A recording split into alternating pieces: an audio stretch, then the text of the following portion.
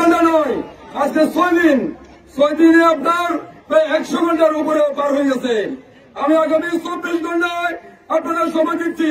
আমার চাচা শাহর খুনিকে 24 ঘন্টার মধ্যে একাত্তর না পারেন, আমরা নোয়াগ্রামবাসী ঐক্যবদ্ধ হয়ে আপনাদের প্রশাসনের বিরুদ্ধে আমরা বক্তব্য রাখতে বাধ্য হব।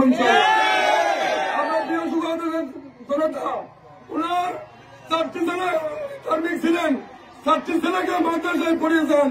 উনি সন্ত্রাসীতে ছিলেন, 5 ওয়াক্ত নামাজ ছিলেন, 5 ওয়াক্ত নামাজের শিক্ষা হয়নি, তোমার নামাজ পড়ার জন্য উনি বেড়ে যাচ্ছেন।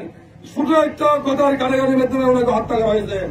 আজকে আপনি প্রশাসনের কাছে, এলাকাবাসীর পক্ষ থেকে, ওনার পরিবারের কাছে পক্ষ থেকে আবার আমি, যদি আপনারা আগামী 24 ঘন্টার মাধ্যমে গ্রেপ্তার করতে না পারেন, তাহলে আপনারা ব্যর্থতা আপনারা স্বীকার করবেন। আপনারা ব্যর্থ স্বীকার করতে হবে, কারণ পুলিশ প্রশাসন চাইলে আমাদের র্যাব আছেন, সেনাবাহিনী আছেন। এখন আপনারা চাইলে একজন পুলিশ এত চতুর চালানো নয়, একজন বেকুব চালায় কেন্দ্র করে আছে 6 দিন পালাই গেছেন। আমি চাই আপনাদের আন্তরিক সহযোগিতা কামনা করছি। আমি এসপি সাহেব সহ, এসপি সার্কেল সহ, অতি সাহেব সহ, আইন শৃঙ্খলা কমিশনার আছেন, সেনাবাহিনী সহ সকলকে আমি আহ্বান জানাচ্ছি। এই শাহ আলম হত্যা 3 দুপুরে, রাতে নয়, অন্ধকারে নয়, 3 দুপুরে হত্যা করেছে। কেমনি পালিয়েছে সে?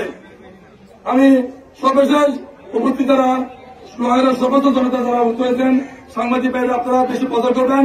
আপনাদের সহযোগিতা আমি আন্তরিক কামনা করছি।